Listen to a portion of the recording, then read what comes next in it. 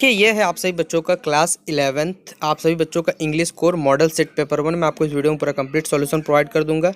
तो आप सभी बच्चे वीडियो को लास्ट तक बने रहे। वीडियो पसंद है तो वीडियो को लाइक करिएगा, चैनल पर न्यू आया चैनल को सब्सक्राइब करिएगा और साथ में बेल आइकन पर ऑल पे क्लिक कर लीजिएगा ताकि जब भी नेक्स्ट वीडियो आएगा तो आपको नोटिफिकेशन मिल जाएगा। ठीक है, तो देखिए पहले तो कुछ जानकारी बता दूं कि आपको टोटल 40 मार्क्स मिलने वाले, समय 1.5 घंटे का है और ये एग्जाम होगा वो आपका सब्जेक्टिव है, मतलब आपको लिखना है, सीधा सीधी बात है। ठीक है, आपको अपने हिसाब से जवाब लिखने यहाँ पर बोला हुआ है।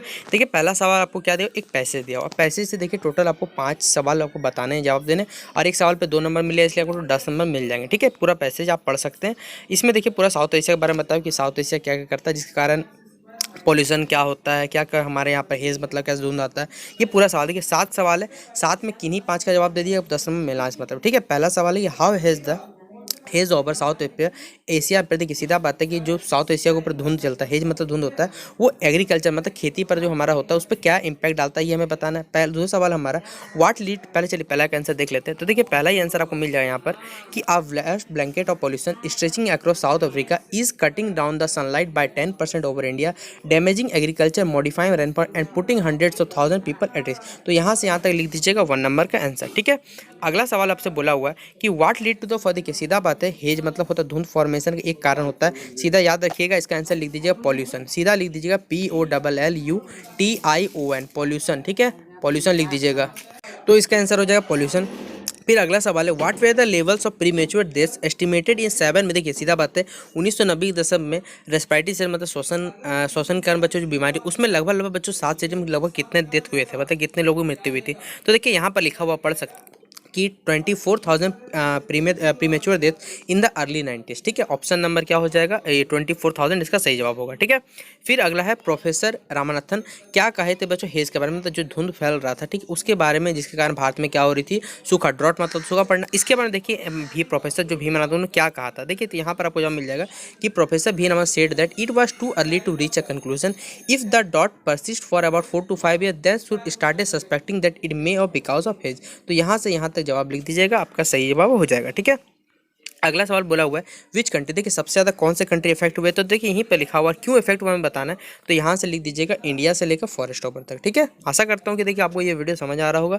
अगर ये वीडियो समझ आ रहा हो, अच्छा लगा हो तो वीडियो को लाइक कर दीजिए, जितना हो सके वीडियो को अपने दोस्तों शेयर भी करिएगा। ठीक है, देखिए अगला है why is there overall concern for. देखिए सीधा बात है एशिया के लिए कह सकते हैं कंसर्न करने क्यों बात है नेक्स्ट 30 ईयर्स के लिए, इसका जवाब देना है। तो देखिए इसका आंसर यहाँ लिखा हुआ पढ़ सकते हैं द से लेकर यहाँ तक पीपल। ठीक है, कि the concern is that the regional and global impacts of the haze are set to intensity over the next 30 at the population of the Asia region rise to an estimated 5 billion people। ठीक है, अगला सवाल है what is the meaning of pre mature. देखिए pre mature का मतलब क्या होता है, तो इसका मतलब यहाँ पर हो जाए ड्रॉट। ठीक है, क्या टिक करिए ड्रॉट, और ड्रॉट का देखिए स्पेलिंग आपको यहाँ मिल जाएगा, आप देख सकते हैं। ठीक है, देखिए यहाँ पर यहाँ हमारे होगा ड्रॉट। ठीक है, देखिए यहाँ आंसर हो गया। ठीक है, तो ये हमारा पैसेज के मैंने आपको 7 जवाब बता दिए, आप लोग 7 लिख लीजिएगा, लेकिन 5 ही आपको लिखना है।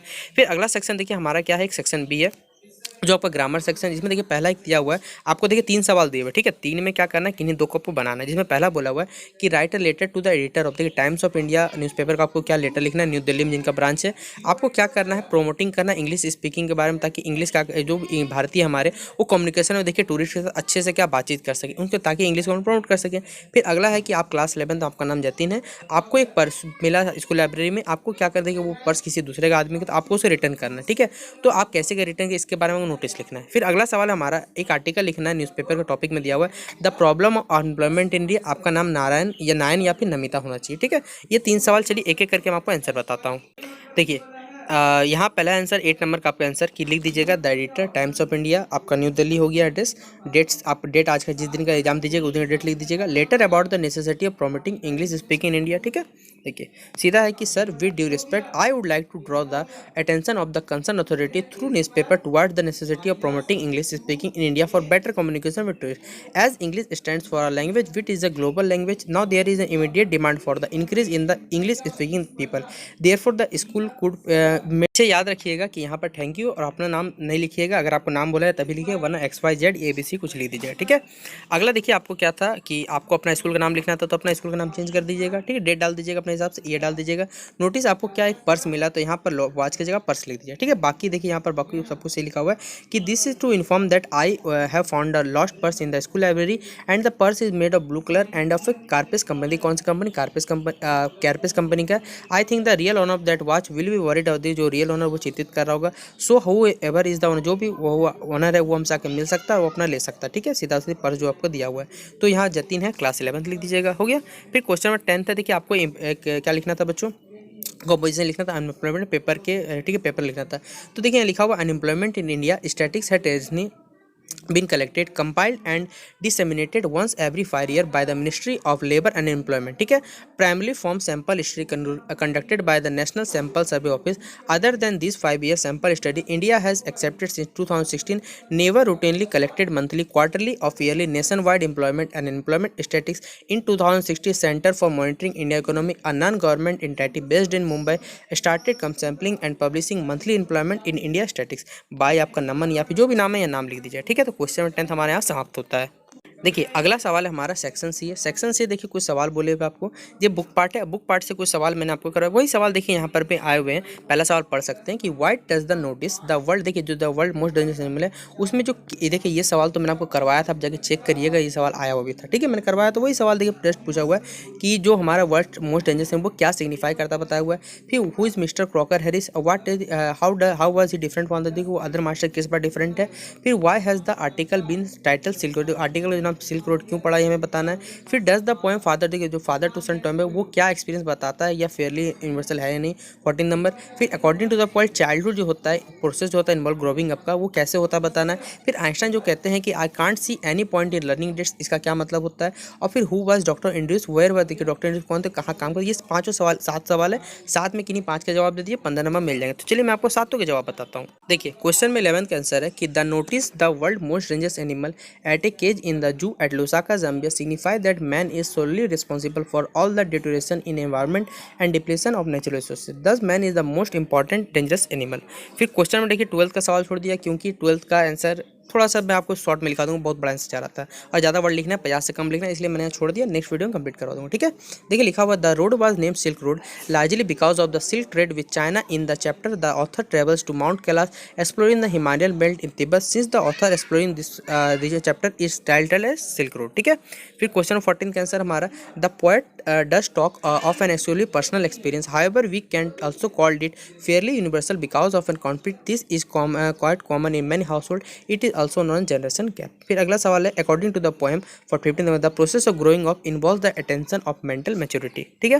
फिर क्वेश्चन 16 का आंसर हमारा dates and facts are the parts of knowledge which are content based. Albert thought that there is no point in learning dates and facts because firstly there could be ascertained from the books any time by just looking up, ठीक है।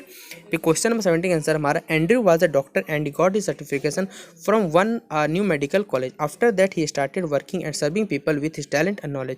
ही was working in the neighbourhood PF driller and miner with his own surgery firm, ठीक है। फिर देखिए question number 17 Andrew के बारे में बताना था और लास्ट वाला सवाल मैं आपको दिखा दूंगा, पहले आंसर देख लेते हैं के बारे में। देखिए लॉन्ग आंसर टाइप है, 100 वर्ड से कम लिखना और अच्छा से लिखिएगा, ठीक है।